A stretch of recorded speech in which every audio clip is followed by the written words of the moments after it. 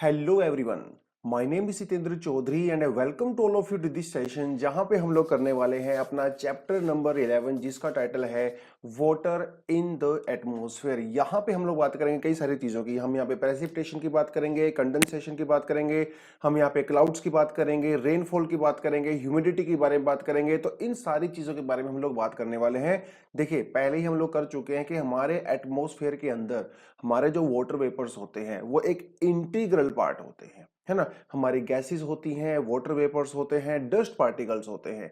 जहां पे ऑलरेडी उन चीजों को हम लोग कर चुके हैं, बचा है हमारा वाटर वेपर। तो आज उसके बारे में हम लोग बात करेंगे कि वाटर वेपर हमारे एटमॉस्फेयर में कहां से ऐड होते हैं, कैसे ऐड होते हैं, उनका क्या इंपॉर्टेंट रोल होता है, डिफरेंट तरह की प्रेसिपिटेशन क्या होती है, वो सारी चीजें हम इस चैप्टर में करने वाले हैं। चलिए, ज्यादा डिले नहीं करते हैं, सीधा करते हैं काम की बात। आई होप आप सभी के पास अपनी नोटबुक होगी, कॉपी पेंसिल पेन आप लेके बैठे होंगे।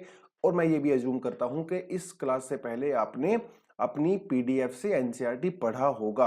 जब एक बार अपने पीडीएफ से पढ़ के यहाँ पे आओगे ना, तब आपको इस क्लास से ज्यादा बेनिफिट मिलने वाला है, कि है ना। क्योंकि उस समय ऑलरेडी 20-30% आपकी समझ में होती हैं चीजें। अब क्लास में थोड़ा सा मैं एक्स्ट्रा डिटेल में बताऊंगा तो आपको वो ज्यादा एक्सप्लेन्ड वे में भी समझ में आ जाती है। चलिए सीधा करते हैं काम की बात। तो वाटर वेपर, देखिए वाटर जो है ना वो तीन तरह से प्रेजेंट होता है हमारे एटमॉस्फेयर के अंदर।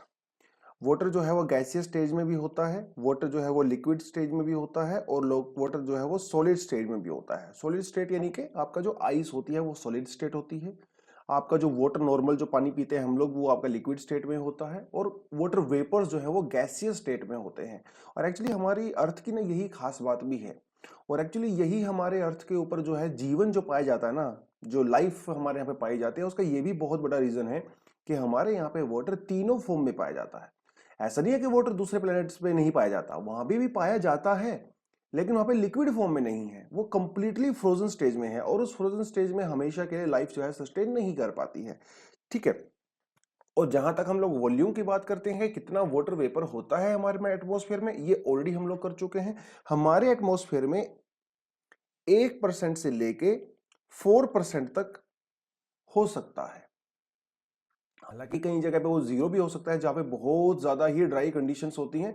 लेकिन अगर हम ये भी मान के चले कि हल्का फुल्का एटमॉस्फेयर पे हर जगह होता है, तो हम ये मान के चल सकते हैं कि मैक्सिमम वो 4% तक होता है। हालांकि एनसीईआरटी में जीरो तक लिखा हुआ है, क्योंकि बहुत ही ज्यादा जब एक्सट्रीम ड्राई कंडीशंस होती हैं तो वो बात करता है। तो गैसियस स्टेज की, लिक्विड स्टेज की और सॉलिड स्टेट की इसने बात किया है। अब हमारे एटमॉस्फेयर के अंदर ये जो वाटर वेपर्स हैं, यानी कि जो गैसियस स्टेज में जो वाटर होता है, ये आता कहां से है? ये आता है इवेपोरेशन से। ठीक है।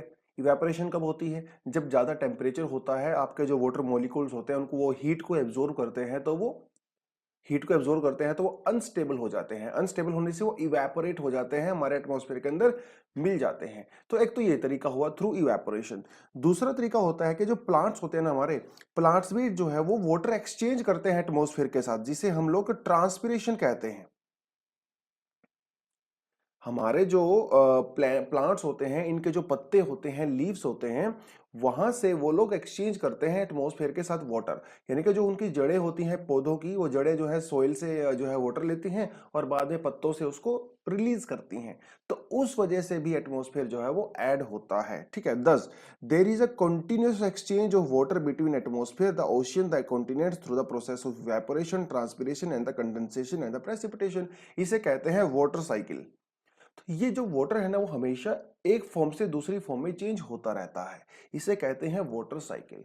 अर्थ के ऊपर जितना भी वाटर पाया जाता है वो कांस्टेंट होता है, यानी कि ओवरऑल जो अर्थ की क्वांटिटी होती है, वाटर की क्वांटिटी होती है अर्थ के ऊपर, वो चेंज नहीं होती है। हाँ, वो एक जगह से दूसरी जगह पे जा सकता है। जैसे क्या होता है, पहले इवेपोरेशन होगा, इवेपोरेशन के बाद फिर वो कंडेंसेशन होगा, कंडेंसेशन के बाद आपका जो है रेनफॉल होगा, प्रेसिपिटेशन होगा, और प्रेसिपिटेशन के बाद फिर से वो आपके जो है रिवर्स में जा सकता है, ओशियंस में जा सकता है, लेक्स में जा सकता है, अंडरग्राउंड जा सकता है। तो ये लगातार जो है वाटर का साइकिल चलता रहता है। This is called water cycle. तो ये जो एक्सचेंज होता है ना, through condensation, precipitation, evaporation, transpiration, ये कंटिन्यूसली चलता रहता है। अब बात करते हैं ह्यूमिडिटी की, है ना। तो गर्मियों में क्या होता है? गर्मियों में जब बारिश का सीजन होता है, मानसून होते हैं, या फिर सितंबर के महीने तक की जब आप बात करते हो, तो आप बोलते हो यार काफी ज्यादा ह्यूमिडिटी है, जिसे आप लोग बोलते हो कि यार बहुत ही चिपचिपी गर्मी है। अब आजकल देखो, अब मेरी जैसी ये स्किन है, अब स्किन के ऊपर मैं ऐसे रैश करता हूँ, मैंने अपनी स्क्रीन को ऐसे स्क्रैच किया तो मेरी स्क्रीन के ऊपर जो है वो व्हाइट कलर का एक लाइन सी पड़ गई है। आप सभी लोग करते हो, इसलिए हम क्रीम का यूज करते हैं, कोल्ड क्रीम, क्योंकि आपकी स्किन ड्राई हो जाती है। आपकी स्किन ड्राई क्यों होती है? आपकी स्किन इसीलिए ड्राई होती है कि आपके आसपास जो एयर है वो भी ड्राई है। आपकी स्किन के बीच में और उसके जो सराउंड जो एयर होती है उसके पास में, उसके बीच में जो है मॉइस्चर एक्सचेंज नहीं हो रहा है, वो बिल्कुल सूखी है, ड्राई है। लेकिन गर्मियों में क्या होता है? गर्मियों में तो हम लोग कोल्ड क्रीम नहीं लगाते, क्योंकि उस समय तो हमारी स्किन जो है वो ड्राई नहीं होती। उस समय पे हम दूसरी क्रीम लगाते हैं, ऑयली ऑयली के लिए जो क्रीम होती है, क्योंकि उस समय जो एयर होती है हमारे आसपास, जो हमारी स्किन के डायरेक्ट टच में होती है, उसके अंदर खूब सारा पानी, वाटर वेपर होता है बेसिकली, है ना।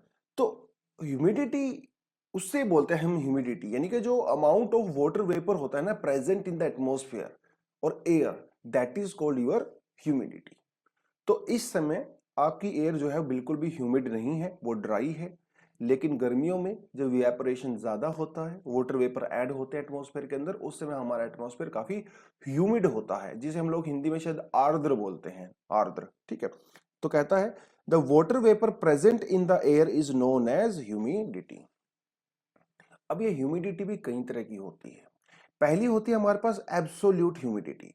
एब्सोल्यूट ह्यूमिडिटी का मतलब होता है कि total weight of the water present in per unit volume. जैसे मान लो मेरा ये रूम है, ये एक वॉल्यूम है एक एयर का जो मैंने ले लिया। इस मेरे रूम के अंदर जितना भी वाटर वेपर है, अगर मैं उस सभी को कलेक्ट कर लूं और उसको फिर मैं मेजर करूं, उसका कितना वेट है, that is called absolute humidity. The weight of the water vapor present per unit volume of air is expressed as the grams per cubic meter। इसको मैं ग्राम्स में मेजर करूंगा। ये होता है आपकी एब्सोल्यूट ह्यूमिडिटी। आगे कहता है the ability of the air to hold water vapour depends entirely on its temperature. अब बाहर गए, अपने खेत में गए, आपने काम किया, आपको खूब सारी प्यास लगती है, आपका जो गला है ना वो ड्राई हो जाता है, क्योंकि बाहर बहुत गर्मी है। उस गर्मी से आपको पसीना आता है, आपका गला ड्राई हो जाता है। जितनी ज्यादा बाहर गर्मी होगी उतना ही आपका गला ड्राई होता है, उतना ही ज्यादा पानी आप पी सकते हो। इसी तरह से हमारी जो एयर होती है, उस एयर का जितना ज्यादा टेम्परेचर होगा उतनी ही ज्यादा उसके अंदर कैपेसिटी होती है वाटर को होल्ड करने की, और जितनी ज्यादा वो ठंडी होगी वो कैपेसिटी कम होती रहती है। तो जो एयर की वाटर कैरिंग कैपेसिटी होती है वो डायरेक्टली डिपेंड करती है टेम्परेचर के ऊपर। More the temperature more the water carrying capacity, less the temperature less carrying capacity. जैसे अभी आजकल आप विंटर की बात करते हो, तो विंटर तो ठंडी है, तो इसका मतलब एयर की जो वाटर कैरिंग कैपेसिटी है वो भी काफी कम है, इसलिए तो आपकी एयर ड्राई है। लेकिन समर में तो ऐसा नहीं होता। समर में वो आपकी जो एयर की कैपेसिटी है वो भी इंक्रीज हो जाती है, जिसकी वजह से वहां पे ह्यूमिडिटी भी बढ़ जाती है, राइट। चलिए, कहता है absolute humidity differs from the place to place on the surface of the, ठीक है, चेंज होती रहती है भैया। कहीं पे अगर लेक्स ज्यादा हैं, रिवर्स ज्यादा हैं, ओशियन बॉडी है, तो वहां पे ह्यूमिडिटी ज्यादा होगी। डेजर्ट एरिया वगैरह में है ना, वहां पे तो ह्यूमिडिटी काफी कम होगी, क्योंकि ड्राई कंडीशन होती है, टेम्परेचर भी कम होता है, ठीक है, वो होता है। चलिए, एक होता है आपका रिलेटिव ह्यूमिडिटी, ये सबसे इंपॉर्टेंट होती है, ठीक है। ये आपकी जो रिलेटिव ह्यूमिडिटी है ये होती है सबसे ज्यादा इंपॉर्टेंट। देखिए, अब ये रिलेटिव ह्यूमिडिटी क्या होती है, एक अभी हम लोगों ने बात किया। रिलेटिव ह्यूमिडिटी का मतलब होता है कि actual water vapour present in the air, ठीक है। अब जैसे मैंने आपको वो काम वाला एग्जांपल दिया, अभी आप काम करके बाहर से आए, आपको बहुत ज्यादा भूख लगी है, ये प्यास लगी है, तो आपको लगी है 10 रोटी की भूख, तो वो आपकी कैपेसिटी है। लेकिन ये जरूरी नहीं कि आपकी मम्मी ने आपके लिए 10 रोटियां बनाई हो सकता है उन्होंने सिर्फ आपके लिए 4 रोटियां बनाई हो। तो 4 रोटी आप खा तो लोगे, but you will not be satisfied, है ना, you will not be saturated, because आपकी कैपेसिटी 10 की है। ऐसा ही कुछ एयर के साथ भी होता है। Depending upon the temperature of air, air can have a capacity, maximum capacity to hold the water, but it does not mean that air has that much of water vapor present। तो जितनी water की capacity होती है जरूरी नहीं कि उतना water vapour उसके अंदर हो जितनी एयर की कैपेसिटी होती है। तो ये दोनों के बीच में एक रेशियो होता है, that actual water vapour present in the air divided by the maximum water carrying capacity of the air. उसकी मैक्सिमम कैपेसिटी कितनी है? मान लो उसकी मैक्सिमम कैपेसिटी है कि वो 10 केजी वाटर वेपर, एक एग्जांपल के लिए ले रहा हूं, ठीक है, वैसे 10 केजी बहुत ज्यादा हो जाता है, ठीक है, बट स्टिल फॉर एग्जांपल मान लो उसकी टोटल वाटर कैरिंग कैपेसिटी है 10 केजी, लेकिन उसको बेचारी को मिला ओनली 4 केजी। इसे कहते हैं रिलेटिव ह्यूमिडिटी, और इसे हम लोग परसेंटेज में शो करते हैं। रिलेटिव का मतलब यही होता है ना कि with respect to something else, उससे कंपैरिजन करते हैं। तो ये हम दोनों को कंपैरिजन कर रहे हैं एक्चुअली, कि उसके अंदर एक्चुअल वाटर वेपर कितने हैं और मैक्सिमम कैपेसिटी कितनी है। तो इसे हम लोग एक्चुअली 100 से मल्टीप्लाई करते हैं ताकि वो परसेंटेज टर्म में उसको निकाल सकें। तो कितना हो गया? 40%। तो 40% इज द रिलेटिव ह्यूमिडिटी। तो अगर कहीं पे रिलेटिव ह्यूमिडिटी, अगर मान लो यहां पे लिखा आएगा 25%, 25% भी हो सकता है, 35% भी हो सकता है, 40% भी हो सकता है। तो यहां पे 45 का मतलब ये है, 40% का मतलब ये है कि भैया इस एयर की कैपेसिटी तो थी 10 केजी होल्ड करने की, लेकिन मिला इसको सिर्फ 4 केजी, इसीलिए इसकी रिलेटिव ह्यूमिडिटी हो गई 40%। अब हमने क्या करना है? अब इसको मान लो आप 100% तक लेके जाना चाहते हो, ठीक है, 100% तक लेके जाना चाहते हो, तो क्या करना पड़ेगा आपको? या तो आपको 4 केजी को 10 केजी करना पड़ेगा, या फिर आपको उसकी मैक्सिमम कैपेसिटी ही कम करनी पड़ेगी। आप 10 केजी को भी 4 केजी तक लेके जा सकते हो, दोनों तरीके से 100% हो जाएगा, ठीक है। तो क्या कर सकते हो? Actual water vapour present in the air, इसका मतलब आपको यहां पे क्या करना पड़ेगा? इसको 4 केजी को 10 केजी करने के लिए आपको इसमें एक्स्ट्रा वाटर ऐड करना पड़ेगा, एक्स्ट्रा वाटर वेपर ऐड करने पड़ेंगे, जो कि इतना इजी नहीं है, क्योंकि ऑलरेडी जितना वहां पे टेम्परेचर है उसके हिसाब से एयर अपने हिसाब से वहां पे इवेपोरेशन हो ही रहा है। तो इनका इंक्रीज होना इतना ज्यादा पॉसिबिलिटी यहां पे काफी कम है। हाँ, उसकी हम लोग मैक्सिमम कैपेसिटी को कम कर सकते हैं। कैसे कर सकते हैं? टेम्परेचर को कम करके। अगर हम लोग टेम्परेचर को कम कर दें तो उसकी वाटर कैरिंग कैपेसिटी कम हो जाएगी। ये मैक्सिमम कैपेसिटी आपकी 4 केजी तक आ सकती है। तो इतना टेम्परेचर कम कर दो आप उस एयर का कि ये 4 केजी के बराबर हो जाए। उस समय क्या होगा? जो एक्चुअल प्रेजेंट है वो भी 4 केजी हो जाएगा, और जो उसकी कैपेसिटी है वो भी 4 केजी हो जाएगी। और इसको अगर हम लोग परसेंटेज टर्म में निकालें तो कितना हो जाएगा? 100% रिलेटिव ह्यूमिडिटी। 100% रिलेटिव ह्यूमिडिटी ये हमें अचीव करना होता है। 100% रिलेटिव ह्यूमिडिटी। 100% रिलेटिव ह्यूमिडिटी का मतलब ये है कि भैया जितनी एयर की मैक्सिमम कैपेसिटी थी उतना ही उसके पास वाटर वेपर है। इससे ज्यादा फर्दर अगर आप वहां पे वाटर वेपर ऐड करोगे तो वो एयर उसको होल्ड नहीं कर पाएगी, और जब एयर होल्ड नहीं कर पाती है तो क्या होता है? तो फिर प्रेसिपिटेशन होता है, कंडेंसेशन होता है। तो आपने क्या करना है? एयर के टेम्परेचर को बेसिकली कम करना है ताकि रिलेटिव ह्यूमिडिटी 100% हो जाए। और जब रिलेटिव ह्यूमिडिटी 100% हो जाती है, इसे कहते हैं कि भैया अभी एयर सैचुरेटेड हो चुकी है। मतलब आपकी 10 रोटियां खाने की कैपेसिटी थी और 10 ही रोटी आपको मिल गई। Now you can not eat anything any more. That is the meaning of relative humidity when it reaches to 100%, ठीक है। वो कहता है the air containing moisture to its the full capacity at the given temperature is said to be saturated. जैसा कि हम लोगों ने बताया, किसी गिवन टेम्परेचर पे जब एयर की मैक्सिमम कैपेसिटी हो जाती है कि उसके अलावा it is incapable of holding any additional amount of moisture, that is called your saturated air. 10 रोटियां चाहिए थी, 10 रोटियां मिल गई। जिस भी टेम्परेचर पे वो होता है उसे कहते हैं ड्यू पॉइंट। क्या कहते हैं? Due point.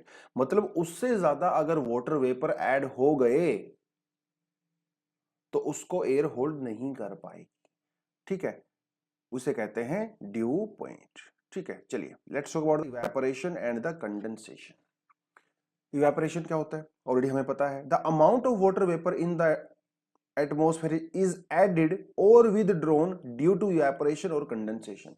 तो वो जो वाटर वेपर होते हैं वो ऐड भी होते हैं इवेपोरेशन के थ्रू, और कंडेंसेशन और प्रेसिपिटेशन वगैरह के थ्रू वो विड्रॉ हो जाते हैं। Evaporation is a process by which water is transformed from the liquid to the gaseous stage. Evaporation में क्या होता है, लिक्विड से गैसियस स्टेज में कन्वर्ट होता रहता है। और क्यों होता है, because of the heat. Heat is the main cause for the evaporation. water starts evaporating is referred to as the latent heat of the evaporation। सीधी सी बात है, आपके आपका जो वाटर है, मान लो किसी वेसल के अंदर आपका वाटर पड़ा हुआ है, ठीक है, आप उसको डिस्टर्ब नहीं कर रहे हो तो ये अपने आप थोड़ी इवेपोरेट होने लगेगा। मान लो यहाँ पे वाटर है एक वेसल के अंदर, इसके अंदर जो मॉलिक्यूल्स है वो पड़े हुए हैं, आराम से स्टेबल है, उन लोगों को दिक्कत नहीं है। लेकिन जैसे ही अगर आपने यहाँ पे बर्नर जला दिया, आपने यहाँ पे नीचे आग लगा दी, बर्नर जला दिया, अब उस बर्नर के जलाने से क्या होगा, इसके जो वाटर मॉलिक्यूल्स हैं वो हीट को एब्जॉर्ब करेंगे। और कोई भी चीज जब हीट को एब्जॉर्ब करती है तो वो अनस्टेबल हो जाती है, क्योंकि मॉलिक्यूल जो है वो अनस्टेबल होना शुरू हो जाएंगे। तो वो जब वो एनफ हीट एब्जॉर्ब कर लेते हैं तो वो इसके सरफेस को छोड़ के यहां से भाग जाते हैं, ठीक है, अनस्टेबल हो जाते हैं ना, इसे ही कहते हैं इवेपोरेशन। और ये जो हीट इन्होंने एब्जॉर्ब की है नीचे बर्नर से, इसे ही कहते हैं हीट ऑफ वेपोरेशन, ठीक है, क्योंकि हीट इन्होंने लिया है। अब जैसे जैसे धीरे धीरे राइज करते रहेंगे, ये अपनी हीट को भी रिलीज करते रहेंगे।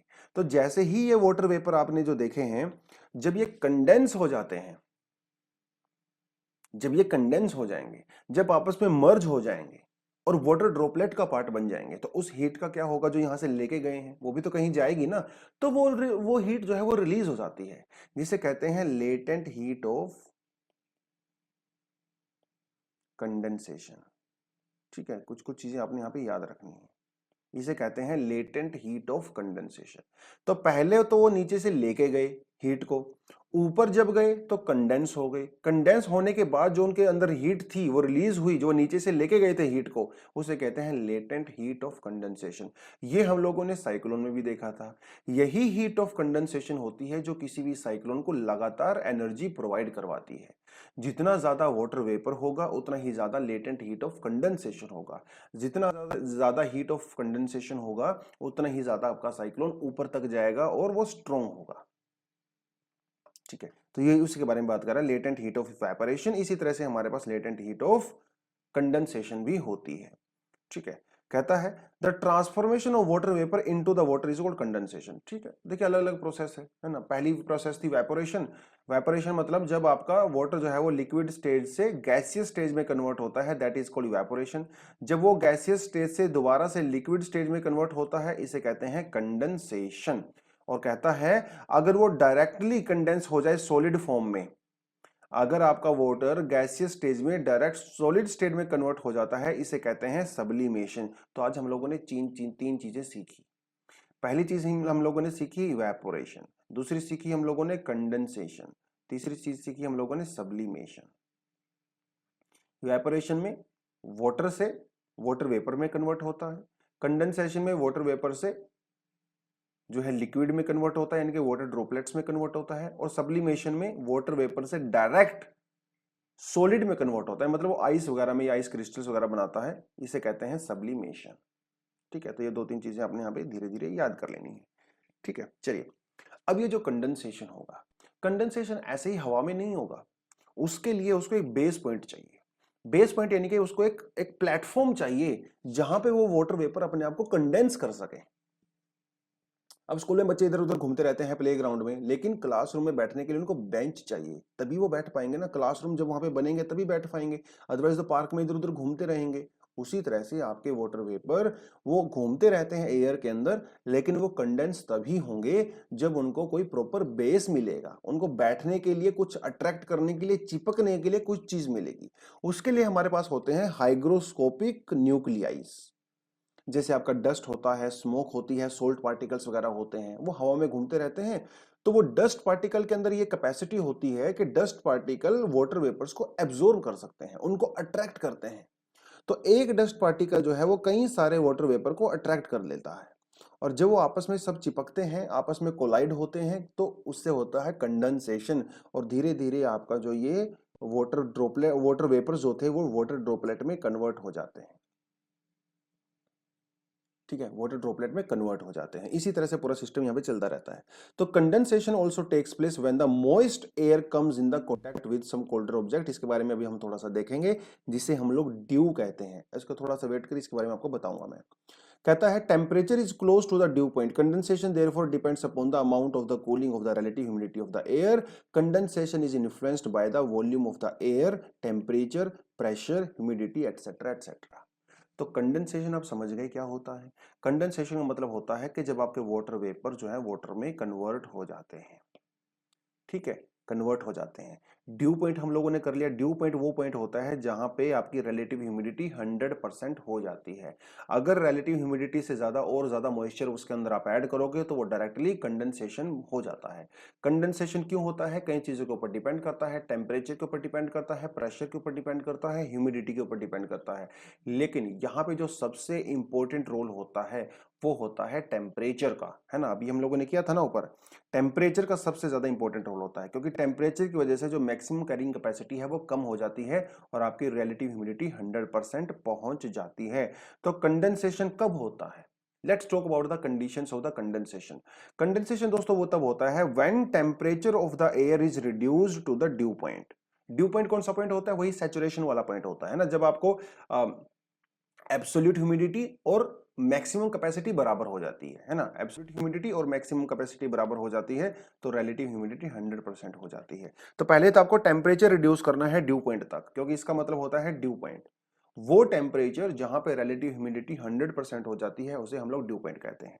दूसरी कंडीशन यहाँ पे जो होती है वो होती है when both the volume and the temperature are reduce. दोनों ही रिड्यूस हो गए। पहले कंडीशन में टेम्परेचर रिड्यूस हुआ, दूसरी में टेम्परेचर और वॉल्यूम दोनों रिड्यूस हुए। ठीक है, फिर कहता है when the moisture is added in the through evaporation. वो ऑलरेडी मैं आपको बता चुका हूं। अगर उसको एक्सेसिव इवेपोरेशन हम लोग दे देंगे तो कंडेंसेशन हो जाएगा, तो एयर उसको बोलेगी ना कि भैया मेरे पास और कैपेसिटी नहीं है, प्लीज इस इवेपोरेशन को ऐड मत करो। लेकिन फिर भी अगर इवेपोरेशन ऐड हो रहा है, इवेपोरेशन के थ्रू वाटर वेपर्स अगर ऐड हो रहे हैं, तो वो डायरेक्टली कंडेंसेशन में कन्वर्ट कर देगा उसको। ठीक है, however the most favorable condition for the condensation is the decrease is the temperature। अब यहां पे थोड़ा सा आपको मैं बताना चाहूंगा। देखिए अब होता क्या है, मान लो यहाँ पे कोई लेक है ना, इट्स अ लेक, और लेक से जो है लगातार आपका इवेपोरेशन होता रहता है। अब इवेपोरेशन से जो आपके वाटर मॉलिक्यूल हैं वो हीट को ऊपर तक लेके जाते रहेंगे, लेकिन जैसे ही जैसे आपके वाटर मॉलिक्यूल यहाँ पे पहुंचेंगे वो ठंडे हो जाते हैं। ठीक है, क्योंकि वहां पे टेम्परेचर काफी कम होता है और वो टेम्परेचर ड्यू पॉइंट पे आ जाता है। क्योंकि जैसे जैसे हम हाइट हाइट के हिसाब से तो टेम्परेचर डिक्रीज होता ही है ना, ये हम सभी को पहले से ही पता है। तो वहां पे आके ड्यू पॉइंट, तो यहां पे आ गया आपका कंडेंसेशन। तो कंडेंसेशन से क्या होता है? क्लाउड फॉर्मेशन होता है। क्लाउड फॉर्मेशन ही तो होता है ना। तो वो हीट ऑफ कंडेंसेशन जो है वो रिलीज हो जाती है, आपकी जो है वाटर वेपर जो है वो कंडेंस हो जाते हैं। इवेपोरेशन इसके अंदर अगर और ऐड नीचे से होता रहता है तो हाइग्रोस्कोपिक न्यूक्लियाई होते हैं और वहां पे आपका क्लाउड फॉर्मेशन होता है। फिर आपका जो है रेनफॉल आराम से इस तरह से हो जाता है। तो ये जो एयर नीचे से गई थी उस मॉइस्चर को लेके, यही एयर जो है ऊपर जाके उसको कंडेंस कर देती है, क्योंकि टेम्परेचर काफी कम हो जाता है। तो 2 किलोमीटर, 4, 5, 6, 7 किलोमीटर कहीं पे भी वो कंडेंसेशन हो सकता है। और जिस तरह से कंडेंसेशन होता है तो इसीलिए क्लाउड फॉर्मेशन भी आपकी अलग तरह से होती है। किसी में मॉइस्चर ज्यादा होता है, किसी में मॉइस्चर कम होता है, किसी की हाइट कम होती है, हाइट ज्यादा होती है। उन सारी चीजों के ऊपर हमारे क्लाउड्स भी अलग अलग तरह के होते हैं। तो ये जो क्लाउड बनते हैं ना, इनके अंदर जो मॉइस्चर होता है वो नीचे से ही जाता है थ्रू इवेपोरेशन, थ्रू ट्रांसपिरेशन। ठीक है, चलिए। तो कंडेंसेशन आप समझ गए। तो कंडेंसेशन दोस्तों कई तरह की होती है। एक होती है आपके पास ड्यू, फ्रोस्ट और फोग और क्लाउड। ये सब आपकी कंडेंसेशन के टाइप होते हैं। मतलब कंडेंसेशन टाइप, क्लाउड तो आप समझ ही गए होंगे। क्लाउड तो एक है ना, it's like a mass of water, water mass of water hanging in the air, है ना। That is nothing but your cloud. ठीक है, तो नीचे से जो इवेपोरेशन के थ्रू वाटर वेपर गया था वही आपका वाटर ड्रॉपलेट्स में कन्वर्ट हो जाता है, जिसे हम लोग क्लाउड कहते हैं सिंपली। ठीक है, अदरवाइज वाटर वेपर तो मेरे आसपास भी तो हैं, लेकिन क्या यहाँ पे क्लाउड है? नहीं, क्लाउड नहीं है, क्योंकि कंडेंसेशन नहीं हुआ है। तो जब तक कंडेंसेशन नहीं होगा तब तक क्लाउड नहीं बनेगा। कंडेंसेशन के बाद क्लाउड बनता है। ठीक है, चलिए। कहता है तो ये जो कंडेंसेशन है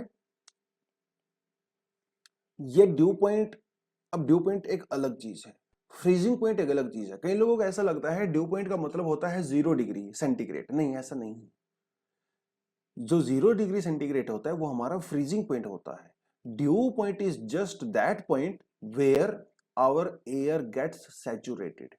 beyond dew point air is not able to hold any more moisture. Now your dew point can be below the freezing point, it can be above the freezing point. मतलब आपका जो ड्यू पॉइंट है वो 1 degree 2 degree 3 degree पे भी हो सकता है, वो -1 2 3 4 5 पे भी हो सकता है। तो don't get confuse between due point and freezing point. हाँ, आपके जो कंडेंसेशन का नेचर है वो ड्यू पॉइंट के और फ्रीजिंग पॉइंट के कंपैरिजन में चेंज हो सकता है, लेकिन dew point is different and freezing point is different. Let's talk about the dew here. Dew क्या होती है? When the moisture is deposited in the form of the water droplets on the cooler surface. अभी ये तो winter चल रही है, आप सुबह सुबह उठ के देखना, आप जब बाहर जाओगे तो पेड़ पौधों की जो पत्तियां वगैरह होती हैं, जो बाइक्स वगैरह बाहर खड़ी रहती हैं, उनके कभी ना सरफेस को जाके देखना, वहां पे छोटे छोटे वाटर ड्रॉपलेट्स जो है वो जमा हो जाते हैं, है ना? ये सबने देखा ही होगा इस तरह से, है ना? इसे कहते हैं ड्यू। तो ये आपको हर सरफेस पे देखने को मिलेंगे, वो सरफेस जो ठंडा होता है, क्योंकि जो आपके वाटर वेपर्स होते हैं वो यहाँ पे कंडेंस हो जाते हैं, ठीक है, जैसे इनको कोई ठंडा सरफेस मिलता है। अब ये बिना किसी हाइग्रोस्कोपिक न्यूक्लियाई के होता है, इसके लिए इसको कोई न्यूक्लियाई नहीं चाहिए, इसके लिए बस इसको एक ठंडा सरफेस चाहिए, ठीक है। तो ये होता है आपका ड्यू। तो इसे कूलर सरफेस जो होते हैं वहां पे ये हो जाता है, जैसे आपका स्टोन हो गया या ग्लास ब्लेड्स हो गए, प्लांट्स हो गए, लीव्स हो गए ना, it is known as dew. Dew के लिए कुछ कंडीशंस होती हैं, वो कंडीशन जब सेटिस्फाई होती हैं तभी ड्यू होती है। जैसे क्लियर स्काई होना चाहिए, क्लियर स्काई होना चाहिए, काम एयर होनी चाहिए, अगर हवा तेज चलेगी तो फिर तो ड्यू नहीं हो पाएगी। हाई रिलेटिव ह्यूमिडिटी होनी चाहिए, सीधी सी बात है, मतलब वाटर वेपर जो है वो काफी ज्यादा होने चाहिए। और कोल्ड और लॉन्ग नाइट्स होनी चाहिए, ठीक है, ठंडी और लंबी रातें होनी चाहिए, काम एयर होनी चाहिए, हाई रिलेटिव ह्यूमिडिटी होनी चाहिए, क्लियर स्काई होना चाहिए, क्लाउड वगैरह नहीं होने चाहिए, तब आपकी जो है वहां पे ड्यू आती है, ठीक है। It is necessary that the dew point is above the freezing point. अब देखिए, ये जो ड्यू आपको नजर आ रही है, आपको क्या लग रहा है, ये वाटर फॉर्म में है या आइस फॉर्म में है? ये वाटर फॉर्म में है ना, और वाटर का मतलब तो सीधा सीधा सा ये है कि भैया यहाँ पे फ्रीजिंग पॉइंट अबव, यहाँ पे जो ड्यू पॉइंट है वो अबव फ्रीजिंग पॉइंट होगा। फ्रीजिंग पॉइंट का मतलब होता है कि जब आइस होती है, तो ये तो आइस नहीं है ना, तो इसका मतलब यहाँ पे due point above freezing point है।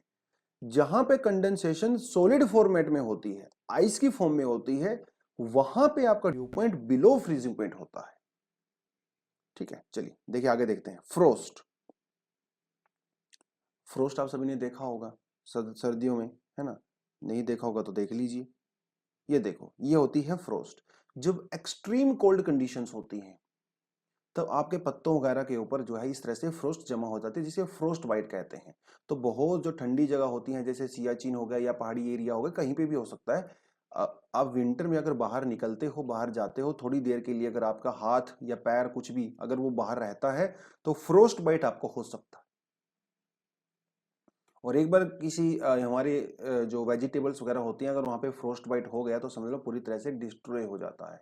आपका जो वाटर होता है उसके ऊपर भी कई बार आपको एक हल्की सी पतली सी लेयर देखने को मिलती है जब आप सुबह सुबह उठते हो, that can also be said as the frost. तो ये हो गया आपका फ्रोस्ट, ठीक है। अब देखिए, फ्रोस्ट को ध्यान से देखो, फ्रोस्ट सॉलिड फॉर्म में है या वाटर की फॉर्म में है?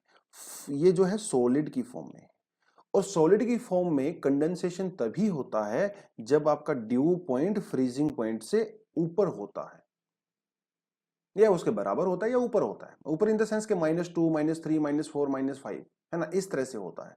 तो बिलो द फ्रीजिंग पॉइंट, तो फ्रीजिंग पॉइंट को अगर आप एक पॉइंट मान के चलो फ्रीजिंग पॉइंट को, तो ये जो है आपका यहाँ पे जो है, एक मिनट रुको, ठीक है, ये आपका यहाँ पे फ्रीजिंग पॉइंट है जो है 0 डिग्री सेंटीग्रेड। अगर 0 डिग्री सेंटीग्रेड से ऊपर यानी कि 1 2 3 4 5, अगर यहाँ पे जाके आपका कंडेंसेशन होता है तो वो हमेशा होगा लिक्विड स्टेज में। और अगर -1, -2, -3, -4 इस तरह से होता है तो वो होगा आपका हमेशा सॉलिड स्टेज में। तो सॉलिड स्टेट का भी हम लोगों ने एग्जांपल देखा जिसे कहते हैं फ्रोस्ट, ठीक है। और लिक्विड का एग्जांपल हम लोगों ने देखा जिसे कहते हैं ड्यू, ठीक है। एक आधा एग्जांपल और देख लेंगे। Fog and mist, fog and mist भी आपने देखा होगा ना, फोग तो बताने की कोई जरूरत नहीं है। तो when the temperature of air mass containing a large quantity of water vapour falls all of a sudden, तो जब वो वाटर वेपर होते हैं हमारी एयर के अंदर, जब टेम्परेचर एकदम से काफी कम हो जाता है तो condensation takes place within itself on the fine dust particles. तो आपका जो ग्राउंड होता है, ग्राउंड के आसपास ही तो फॉग होती है ना। Fog is nothing but fog is a cloud very close to the surface, उससे ही हम लोग फॉग बोलते हैं। तो फॉग भी एक तरह का क्लाउड ही होता है। तो जब आपका टेम्परेचर सरफेस के आसपास टेम्परेचर एकदम से बहुत ठंडा हो जाता है, कम हो जाता है, तो कंडेंसेशन वहीं पे हो जाती है, क्योंकि आपके एयर के अंदर बहुत सारे डस्ट पार्टिकल्स तो होते ही हैं। तो वो डस्ट पार्टिकल्स के जो होते हैं वो as a hygroscopic nuclei act करते हैं और वहीं पे कंडेंसेशन हो जाता है। That is called your fog.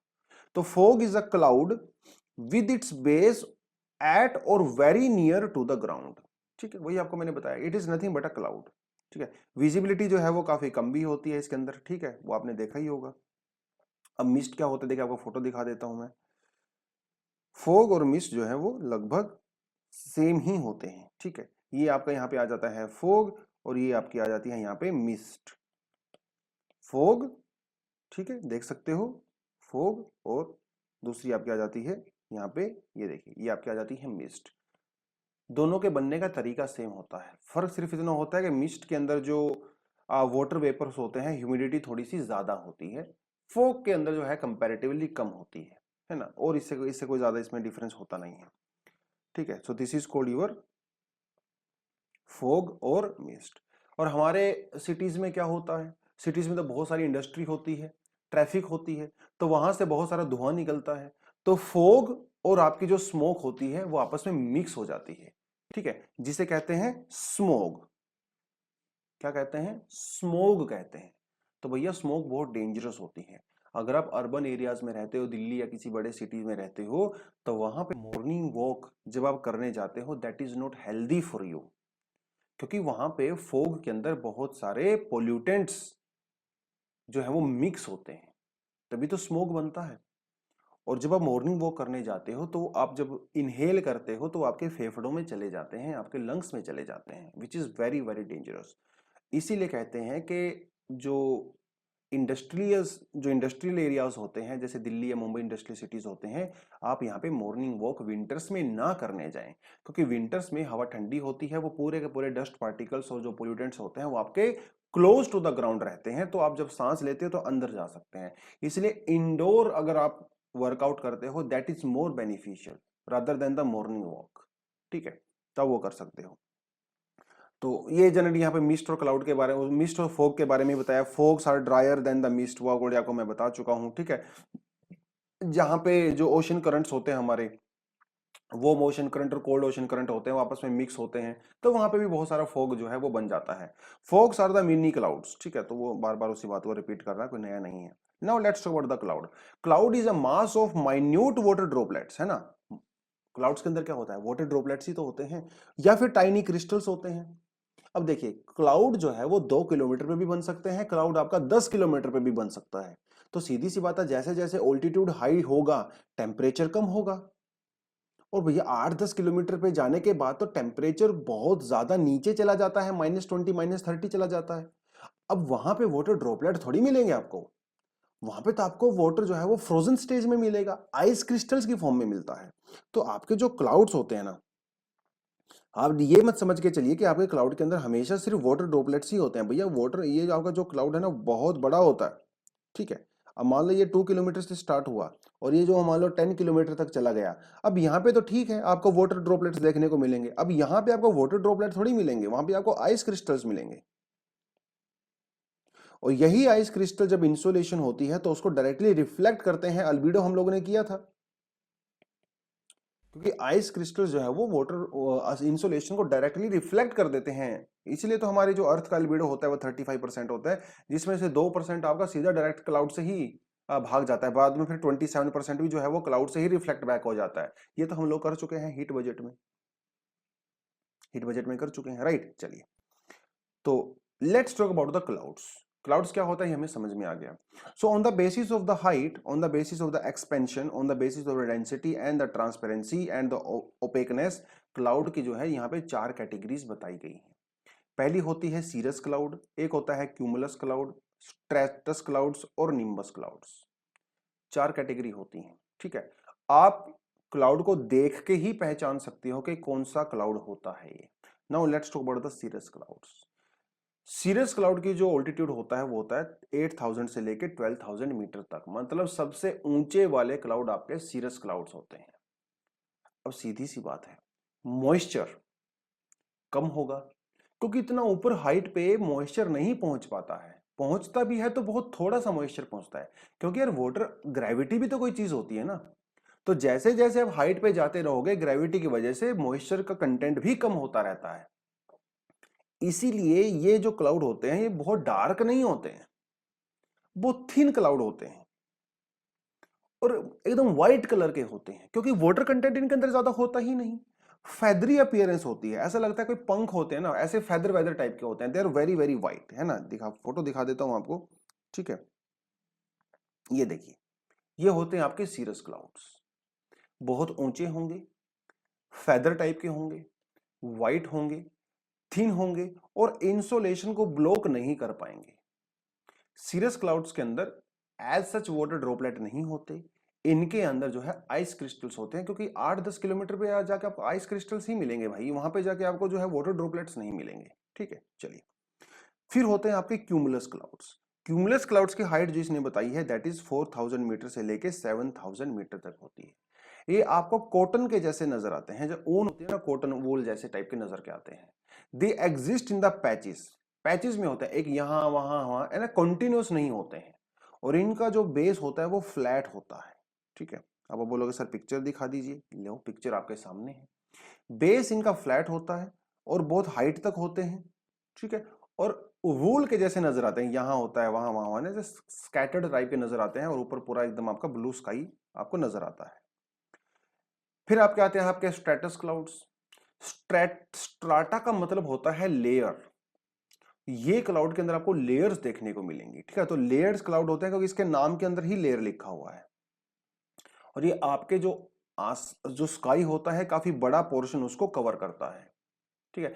These clouds are generally formed either due to loss of heat और मिक्सिंग ऑफ एयर मासेस, ठीक है। जब अलग अलग टेम्परेचर का एयर मास मिक्स हो जाता है तो इसीलिए वो अलग अलग तरह की लेयर बनाता है, क्योंकि वहां पे एयर मास का करेक्टर भी अलग होता है ना। पिक्चर आपको दिखा देता हूं, देखिए ये रहा आपका स्ट्रेटस क्लाउड्स। तो एक लेयर ये है, एक लेयर इसके ऊपर है, कोई लेयर इसके ऊपर भी होगी जिसको हम लोग नहीं देख पा रहे हैं, है ना। तो वो होता है आपके स्ट्रेटस क्लाउड। फिर आपके आते हैं निम्बस क्लाउड्स। निम्बस क्लाउड जो है डार्क ग्रे कलर के होते हैं या फिर ब्लैक कलर के होते हैं। ये मिडिल लेवल्स पे बनाए जाते हैं। मिडिल लेवल का मतलब 2-3-4 किलोमीटर पे आपको ये पाए जाएंगे, ठीक है। Very near to the surface, है ना, सरफेस के पास में होते हैं। निम्बस क्लाउड्स को हम लोग रेन बियरिंग क्लाउड्स भी कहते हैं, रेन बियरिंग क्लाउड्स भी कहते हैं, क्योंकि निम्बस क्लाउड से जो रेनफॉल होता है वो काफी लंबे समय तक हो सकता है, कई घंटे तक हो सकता है, दिन भर भी हो सकता है। तो मानसून के समय में जब कई दिनों तक लगातार बारिश होती है, आसमान एकदम बादल छाए होते हैं, उसे कहते हैं निम्बस क्लाउड्स, ठीक है। आप यहाँ पे देख सकते हो निम्बस क्लाउड्स। सनरेज पास नहीं कर पाती, इंसुलेशन धरती तक नहीं पहुंच पाती है, काले बादल होते हैं, बहुत लंबे समय तक बारिश करते हैं। जनरली इनके अंदर जो है निम्बस क्लाउड्स के अंदर थंडर नहीं होता है, लाइटनिंग वाइटनिंग ज्यादा नहीं होती है, ठीक है। हल्की फुल्की हो गई तो हो सकती है, लेकिन बहुत ज्यादा नहीं होती है। लेकिन बारिश काफी लंबे समय तक होती है ना, 2-3 दिन तक भी बारिश लगातार कई बार हो जाती है, रुक रुक के होती रहती है। These are called the nimbus clouds. तो निम्बस जो है आप नींबू से समझ सकते हो, है ना, जब आप नींबू कैसे निचोड़ते हो, तो ये निम्बस क्लाउड्स भी कुछ भगवान जो है वो इनको निचोड़ रहा है, इसलिए लगातार आपके जो है बारिश होती रहती है। These are called the nimbus clouds, ठीक है। चलिए, अब कहता है कि according to their height, height के हिसाब से अलग अलग तरह के क्लाउड्स हमारे पास पाए जाते हैं। एक होते हैं हमारे पास हाई क्लाउड्स, जैसे आपका सीरस क्लाउड, सीरोस्ट्रेटस और सीरोक्यूमुलस। तो हाई क्लाउड अभी हम लोगों ने ऊपर देखा था, जिसके अंदर होता है सीरस। तो ये वर्ड आपने याद कर लेना है, सीरस। तो जैसे ह्यूमन बीइंग जो होते हैं, ह्यूमन बीइंग के टॉप में क्या होता है? सर होता है ना, सर, है ना, सिर जो हमारा होता है टॉप के ऊपर होता है, इसलिए जो आपके सीरस क्लाउड्स होते हैं ये भी आपके सबसे हाइट वाले क्लाउड होते हैं, सीरस क्लाउड्स। तो सीरस, सीरोस्ट्रेटस एंड सीरोक्यूमुलस, यहाँ पे आपको ये वर्ड देखने को मिलेगा, सिर, CIRR। फिर आप कहते हैं मिडिल क्लाउड। अब भैया ये जो आदमी है वो तो बेचारा एकदम मिडिल क्लास टाइप का आदमी है। अब मिडिल क्लास का टाइप का आदमी को है, वो कोई मर्सिडीज तो अफोर्ड नहीं कर पाएगा, है ना, वो क्या अफोर्ड करेगा? ऑल्टो अफोर्ड कर लेगा, है ना, ऑल्टो गाड़ी। तो मिडिल क्लाउड जो होते हैं यहां पे आपका ऑल्टो देखने को मिलेगा, ऑल्टो स्ट्रेटस एंड ऑल्टो क्यूमुलस। तो जिसके अंदर भी ऑल्टो आए तो समझ लेना वो मिडिल क्लाउड्स हैं। फिर आपके आते हैं लो क्लाउड्स। लो क्लाउड्स मतलब स्ट्रेटोक्यूमुलस एंड द निम्बो स्ट्रेटस। इसके अंदर आपको जो है ये स्ट्रैट वर्ड नजर आएगा, स्ट्रैट, निम्बो स्ट्रेटस और स्ट्रेटोक्यूमुलस। ठीक है। एक क्लाउड हमारे बिल्कुल स्पेशल वैरायटी के होते हैं। वो क्लाउड ऐसे होते हैं कि जिनकी शुरुआत तो होती है काफी नीचे से, लेकिन वो वर्टिकली बहुत ज्यादा ऊपर तक चले जाते हैं। इन्हें कहते हैं क्यूमुलस क्लाउड्स या फिर क्यूमुनोलिम्बस क्लाउड्स। क्यूमुलस क्लाउड्स या फिर क्यूमुनोलिम्बस क्लाउड्स। तो these are the clouds with extensive vertical development. तो भैया ये एकदम बिल्कुल ऐसे चले जाते हैं ऊपर। ठीक है। थंडरस्टॉर्म वाले जो क्लाउड होते हैं वो भी आपका क्यूमुनोलिम्बस क्लाउड्स होते हैं, थंडरस्टॉर्म वाले। ठीक है, चलिए, तो ये हो गया आपके clouds. Now let's talk about the precipitation. अब ये प्रेसिपिटेशन क्या होती है? सीधी सी बात है, जो एयर आपकी मॉइस्चर को नीचे से लेके गई है ऊपर, ऊपर जाके क्या होगा? कंडेंसेशन होगा। अलग अलग तरह का कंडेंसेशन हो सकता है, जिसको भी हम लोगों ने पढ़ लिया, ड्यू हो सकता है, फ्रोस्ट हो सकता है ना, फॉग वगैरह हो सकता है, वो आपकी कंडेंसेशन हो गई। अब वो जो वाटर वेपर था जो इवेपोरेशन से ऊपर गया था वो नीचे भी तो आएगा, वो हमेशा ऊपर थोड़ी रहेगा। बस इसे ही कहते हैं प्रेसिपिटेशन। मतलब release of moisture is called precipitation. अगर आप सिंपल भाषा में याद करना चाहते हो तो release of moisture is called precipitation. ठीक है। तो process of continuous condensation in free air helps to condense the particle to grow in size. When the resistance of the air falls to hold the against they fall on the ground. तो आपके मान के चलिए कि 2 kilometre के ऊपर या 3 kilometre के ऊपर आपके वाटर वेपर कंडेंस हो रहे हैं। अब ये वाटर वेपर कंडेंस हो गए तो क्या बनाएंगे? वाटर ड्रॉपलेट बनाएंगे। अब ये वाटर ड्रॉपलेट जब इतना हैवी हो जाता है कि आपकी एयर इसको होल्ड नहीं कर पाएगी, तो ड्यू टू ग्रेविटी ये नीचे आ जाएगा। इसी को कहते हैं प्रेसिपिटेशन। अब ये डिपेंड करता है कि वो कंडेंसेशन कौन से तरह की है। जिस तरह की कंडेंसेशन होगी इस तरह की प्रेसिपिटेशन भी होगी। ठीक है। तो release of moisture is known as precipitation. अब ये लिक्विड फॉर्म में भी हो सकती है, सॉलिड फॉर्म में भी हो सकती है। लिक्विड फॉर्म में जैसे रेनफॉल, बारिश जो होती है, that is the liquid form of the precipitation, normal जो बारिश होती है। उसके अलावा स्नोफॉल जो होता है ये सॉलिड फॉर्म में होता है। स्नोफॉल तो सबने देखा ही होगा, है ना। मतलब अगर आपने कभी पहाड़ी एरिया में यात्रा की होगी तो ये देखिए स्नोफॉल। तो ये कौन है? ये मैं ही हूँ। तो मैं जब मनाली गया था तो वहाँ पे रात को स्नोफॉल हुआ था, तो सुबह इस तरह का नज़ारा वहाँ पे नजर आया था ना, स्नोफॉल हुआ था। तो ये देखिए, ये जो प्रेसिपिटेशन यहाँ पे हुई है वो आपकी सॉलिड फॉर्म में हुई है। ठीक है। एक प्रेसिपिटेशन आपकी स्लीट की फॉर्म में होती है। स्लीट का मतलब होता है कि जो आपके वाटर ड्रॉपलेट्स होते हैं वो फ्रीज हो जाते हैं। तो जब ये वाटर ड्रॉपलेट ऊपर से चलना शुरू हुआ और जैसे ही ये नीचे पहुंचा तो एक ऐसी लेयर आई एयर के अंदर जो बहुत ठंडी थी।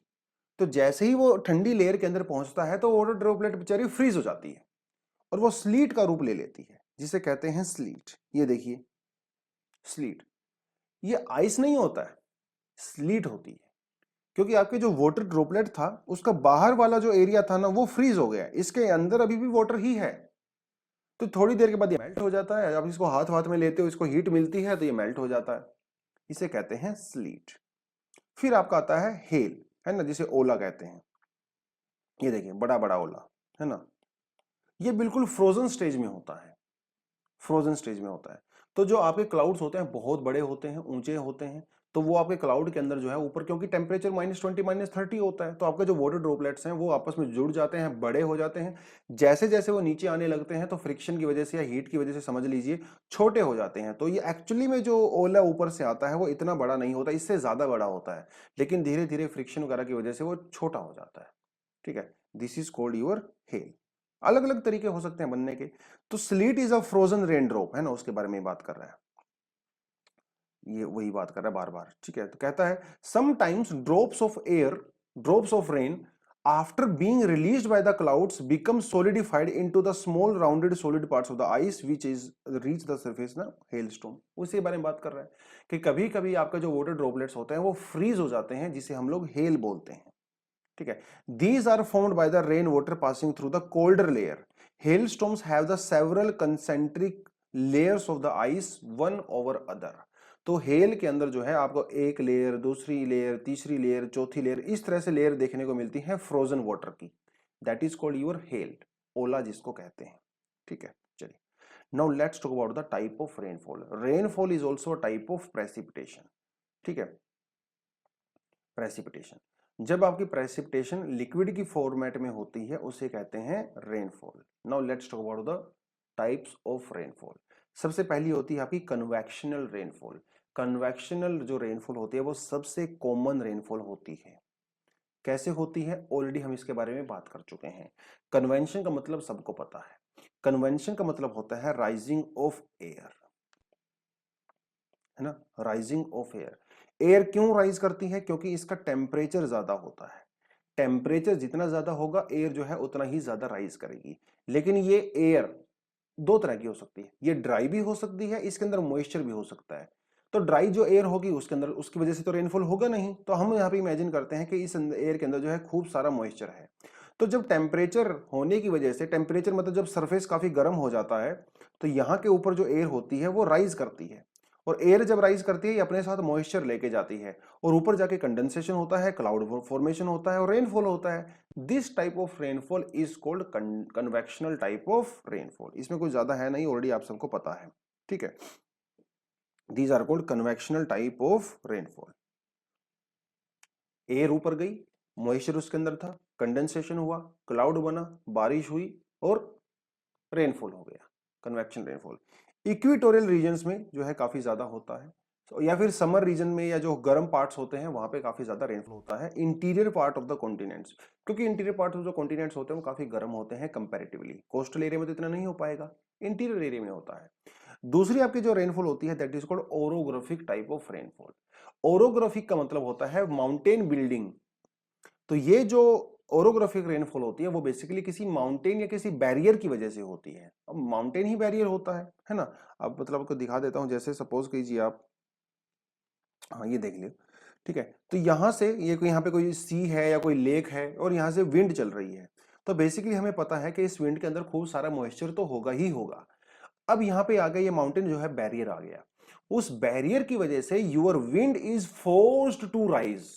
तो आपकी विंड जो है वो राइज करेगी, लेकिन आपको पता है कि जैसे जैसे वो हायर ऑल्टीट्यूड पे जाएगी वैसे वैसे उसका टेम्परेचर कम होता रहेगा। टेम्परेचर इतना कम हो जाएगा कि उसके अंदर रिलेटिव ह्यूमिडिटी 100% हो जाएगी, क्योंकि हमें पता है कि टेम्परेचर जब कम होता है तो रिलेटिव ह्यूमिडिटी इंक्रीज होती है। तो रिलेटिव ह्यूमिडिटी जैसे ही 100% होती है तो वहां पे कंडेंसेशन शुरू हो जाती है और क्लाउड फॉर्मेशन शुरू हो जाता है। तो इसी वजह से वहां पे काफी ज्यादा रेनफॉल होता है। तो एक तो ये साइड हो गई हमारी माउंटेन की, एक दूसरी साइड हो गई। तो इस पहले वाली साइड में खूब सारा रेनफॉल होगा जिसे हम लोग विंडवर्ड साइड बोलते हैं, विंडवर्ड। और जो दूसरी साइड होती है इसे हम लोग लीवर्ड साइड बोलते हैं। अब ये एयर जैसे ही इस माउंटेन को पार करेगी तो क्या इसके अंदर मॉइस्चर रहेगा? नहीं रहेगा, it would be dry, it would be warm. तो ये नीचे उतरती है और ये एरिया को कहते हैं रेन शैडो एरिया, क्योंकि यहाँ पे रेन नहीं होती, अगर होती भी है तो बहुत कम होती है, क्योंकि मोस्टली मॉइस्चर आपका यहीं पे रिलीज हो चुका होता है दूसरी साइड में। So this is called your rain shadow area. यहाँ पे आप जो है मुंबई का एग्जांपल ले सकते हो, जैसे यहाँ पे आपका आता है मुंबई, यहाँ पे आपका आता है वेस्टर्न घाट। तो यहाँ से जो मॉनसून की विंड चलती है, जो अरेबियन सी वाली ब्रांच चलती है, वो ज्यादातर जो आपका उसका मॉइस्चर होता है वो वेस्ट साइड में ही रिलीज कर देती है, यानी कि मुंबई वाली साइड में रिलीज करती है। लेकिन दूसरी साइड में जो पुणे होता है ये बेचारा ड्राई रह जाता है। तो पुणे में बारिश होती है ओनली 40 सेंटीमीटर और मुंबई में बारिश होती है भैया 250 centimetre, because of the orographic rainfall. ठीक है, तो ये जो एरिया जो है वो ड्राई एरिया होता है, जो वेस्टर्न घाट का जो इस साइड वाला एरिया है that is dry area because of this orographic thing, है ना। तो वो विंडवर्ड साइड एंड वो सब आपको मैंने बता दिया है, all these things are thing है। So that is why it is also called relief rain, क्योंकि रिलीफ मतलब वो एक माउंटेन की वजह से हुआ है ना, दैट इज द थिंग। ये हो गया हमारा। एक हमारे पास होता है इसने दिया नहीं यहाँ पे, कहाँ गया, convectional rainfall, orographic rainfall, cyclonic rain. Cyclonic rain तो ऑलरेडी हम लोग कर चुके हैं जब साइक्लोन्स वगैरह होते हैं। एक और रेनफॉल इसने यहाँ पे दिया नहीं, जिसे कहते हैं फ्रंटल रेनफॉल। देना तो चाहिए था यार, इसने दिया नहीं। तो इसने एक्चुअली साइक्लोनिक रेनफॉल को ही शायद फ्रंटल रेनफॉल के अंदर कंसिडर कर लिया होगा, बट मैं आपको बता देता हूँ फ्रंटल रेनफॉल क्या होता है। तो we have third type of rainfall as well which is called frontal rainfall. Frontal rainfall already हम सबको वैसे तो पता ही है ना। हमारे पास इधर से जो है कोल्ड एयर मास होता है और इस तरफ से हमारे पास जो है वार्म एयर मास होता है, और वार्म एयर मास जो है it is full of moisture and it is also less dense, है ना। तो ये लाइट होता है वेट के अंदर। तब जब दोनों आपस में टकराएंगे तो क्या यहाँ पे फ्रंट बनता है ना, फ्रंट बनता है। और ये वार्म एयर क्या करेगी, राइज करेगी, क्योंकि तो हल्की होती है तो हल्की एयर हमेशा राइज करती है। तो जैसे जैसे ये राइज करेगी वैसे वैसे ही यहाँ पे टेम्परेचर कम होता रहेगा, और एक समय ऐसा आएगा जब यहाँ पे कंडेंसेशन हो जाता है, और जब कंडेंसेशन होगा तो रेनफॉल होगा। This type of rainfall is called frontal rainfall, है ना, फ्रंटल रेनफॉल। जब हम लोगों ने टेम्परेट साइक्लोन किया था तो उस समय पे हम लोगों ने इस रेनफॉल के बारे में पढ़ा था। ये जो टेम्परेट साइक्लोन्स की वजह से रेनफॉल होता है उसे हम लोग फ्रंटल रेनफॉल भी कह सकते हैं। इसकी ड्यूरेशन भी काफी ज्यादा होती है as compare to tropical cyclones. ठीक है, these are called your frontal rainfalls. चलिए, कहता है water world distribution of the rainfall. दुनिया में कहां कहां पे ज्यादा रेनफॉल होता है ये कोई आपको ज्यादा जानने की जरूरत नहीं है, क्योंकि ऑलरेडी आपको पता है। इक्वेटर वाला जो रीजन होता है यहाँ पे काफी ज्यादा रेनफॉल होता है, क्योंकि इक्वेटर में आपके कन्वेक्शनल रेनफॉल होता है। इक्वेटर पे जो रेनफॉल होता है उसे कहा जाता है 2 o'clock रेनफॉल। 2 o'clock का मतलब ये है कि वहां पे टेम्परेचर काफी ज्यादा होता है। सुबह के 7 बजे से ही एयर राइज करना शुरू कर देती है। एयर जब राइज करती है तो कंडेंसेशन होता है, कंडेंसेशन होता है तो रेनफॉल होता है। That is why equatorial area receives very high amount of rainfall. That is why most of the dense rain forest are found in the equatorial regions. दूसरे आपके होते हैं जो कोस्टल एरियाज होते हैं, कोस्टल एरिया में भी काफी ज्यादा रेनफॉल पाया जाता है। ठीक है, उसके अलावा कहता है between the latitude 35 degree and 40 degree north and south of the equator rain is heavier on the eastern coast. ये आपने याद करना है। ठीक है, 35 और 40 डिग्री नॉर्थ और साउथ लैटिट्यूड के बीच में जो कॉन्टिनेंट्स की ईस्टर्न साइड होती है वहां पे ज्यादा रेनफॉल होता है। क्यों होता है, क्योंकि वहां पे ट्रेड विंड्स चलती हैं, ईस्टर्ली विंड्स चलती हैं। तो ईस्टर्ली विंड चलेंगे तो भैया डेफिनेटली ईस्ट साइड में ही होगा। 45 और 65 के बीच में वेस्टर्न साइड में ज्यादा रेनफॉल होता है, क्योंकि वहां पे वेस्टर्ली विंड चलती हैं, है ना। ये विंड ऑलरेडी हम लोग कर चुके हैं। उसके अलावा कहता है कि wherever the mountains run parallel to the coast the rain is greater. जैसे अभी हम लोगों ने माउंट उसका अभी वेस्टर्न घाट वाला एग्जांपल देखा, Western Ghats are parallel to the coast, इसलिए वहां पे काफी ज्यादा ओरोग्राफिक रेनफॉल होती है। लेकिन जो उस पैरेलल माउंटेन के दूसरी साइड में जो साइड होती है जिसे लीवर्ड साइड कहते हैं, वहां पे रेनफॉल कम होती है। कहता है the equatorial belt the windward slope of the mountain along the west coast in the cool temperate zones and the coastal areas of the monsoon land receive heavy rainfall।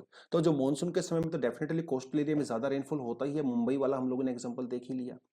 कहता है interior continental areas receive moderate rainfall varying from the 100 to the 200 centimetre. तो interior areas में थोड़ा सा कम temperature, कम rainfall होता है as compare to the coastal areas. The coastal areas of the continents receive moderate amount of rainfall. The central part of the tropical land and the eastern and the interior margin of the temperate land receive rainfall varying between 50 to 100 centimeter. Areas lying in the rain shadow zone of the interior of the high altitude only gets 50 centimeter of the annual amount of rainfall. तो जो इस पूरे के पूरे paragraph का एक ये मतलब निकलता है कि जो इक्वेटोरियल रीजन होते हैं यहाँ पे काफी हाई रेनफॉल होता है। ऐसे कोस्टल एरियाज जहां पे मॉनसून होती है ज्यादा रेनफॉल होता है, ऊपर से मॉनसून भी हो और माउंटेन के कोस्ट के पैरेलल भी हो तो ज्यादा रेनफॉल होता है। 35 से लेके 40 डिग्री के बीच में जो हमारे लैटिट्यूड्स होते हैं वहां पे ईस्ट साइड में ज्यादा रेनफॉल होता है। 45 से 65 के बीच में जो एरियाज होते हैं वहां पे वेस्ट साइड में ज्यादा रेनफॉल होता है। उसके कंपैरिजन में जो इंटीरियर ऑफ एरियाज होते हैं वहां पे काफी, इंटीरियर ऑफ जो कॉन्टिनेंट्स होते हैं वहां पे कम रेनफॉल होता है। ठीक है, जैसे जैसे आप हायर लैटिट्यूड में जाते रहोगे तो बेसिकली जैसे जैसे आप इक्वेटर से पोल्स की तरफ जाते रहते हो तो रेनफॉल कम होता रहता है। क्यों कम होता है? क्योंकि इक्वेटर पे टेम्परेचर ज्यादा होता है, पोलर रीजन में टेम्परेचर कम होता है। तो जब टेम्परेचर ज्यादा होगा तो इवेपोरेशन भी ज्यादा होगा, इवेपोरेशन ज्यादा होगा तो कंडेंसेशन भी ज्यादा होगा एंड रेनफॉल भी ज्यादा होगा। लेकिन पोलर रीजन में, टेम्परेट रीजन में आपकी जो एयर होती है वो मोस्टली ड्राई होती है और ड्राई जो एयर होती है वो कभी भी कंडेंसेशन नहीं कर पाएगी, इसलिए वहां पे रेनफॉल भी नहीं होता है। तो ये थोड़ा सा बस आपने यहाँ पे इसको देख लेना है। ठीक है, तो इसी को चैप्टर में हम लोग इतना ही पढ़ने वाले हैं। अगला जो चैप्टर आपका आने वाला है that is going to be about the world climate and the climate change. देखिए, ये चैप्टर हम लोग एनसीईआरटी से नहीं करेंगे बिकॉज इसको हमें छोड़ना है। इस चैप्टर के अंदर आपको दिखाया गया है Köppen scheme of classification. Köppen classification हमारे सिलेबस का पार्ट नहीं है। कोपन क्लासिफिकेशन को पढ़ा जाता है जो ज्योग्राफी ऑप्शनल वाले एस्पिरेंट्स होते हैं। तो जनरल स्टडीज के लिए Köppen classification is not required. लेकिन आपका ये वर्ल्ड क्लाइमेट कहां से करने हैं? आपका वर्ल्ड क्लाइमेट पढ़ने हैं जीसी लियोंग से। तो from chapter 14 onwards of GC Leong आपके वर्ल्ड क्लाइमेटिक रीजन्स वहां पे दिए हुए हैं, है ना। ठीक है, Arctic, tundra, Tyga, monsoon, Sudan type of climate, temperate eastern margin, वो सब आपका China type of climate, British type of climate, वो सब आपका वहां पे ऑलरेडी दिया हुआ है। तो उस चैप्टर को हम लोग जीसी लियोंग से पढ़ेंगे, यहां से उसको हम लोग नहीं करने वाले हैं। ठीक है, क्योंकि this is not required for our exam, तो इसको तो आप कंप्लीटली छोड़ ही दो। अगर किसी ने इसको पहले कर लिया है ऑलरेडी तब भी आप इसको छोड़ देना। ठीक है, this is not for our exam. Greenhouse gas वाला जो टॉपिक है ये तो हमारा एनवायरमेंट इकोलॉजी वाला हो जाता है, इसलिए इसको भी हम लोग यहाँ से नहीं करेंगे। ठीक है, जब एनवायरमेंट इकोलॉजी पढ़ेंगे तब उसको करेंगे। हाँ, ये वाटर जो ओशन वाला है यहाँ से हम दोनों चैप्टर को एक बार पढ़ लेंगे, chapter number 13 and chapter number 14, जिसे हम लोग अगली क्लास में करने वाले हैं। ठीक है, तो आज के दोस्तों इस चैप्टर के लिए इतना ही। आई होप आपको पता चल गया होगा कंडेंसेशन क्या होती है, कितने टाइप की होती है, प्रेसिपिटेशन क्या होती है, कितने टाइप की होती है, रेनफॉल क्या होता है, कितने टाइप का होता है, इवेपोरेशन क्या होती है ना, सब्लिमेशन क्या होती है, ये सारी चीजों का आइडिया आपको पता चल गया होगा। ठीक है, तो यही था इस पूरे चैप्टर में। बहुत बड़ा चैप्टर नहीं है, छोटा चैप्टर है, समझने में इंटरेस्टिंग है, आसान है, लेकिन एग्जाम के पर्सपेक्टिव से इंपॉर्टेंट भी है। प्रीलिम्स में और मेंस में भी क्वेश्चन यहाँ से पूछे जा सकते हैं। चलिए, so this is all for the day. Thank you very much. All the best. जय हिंद।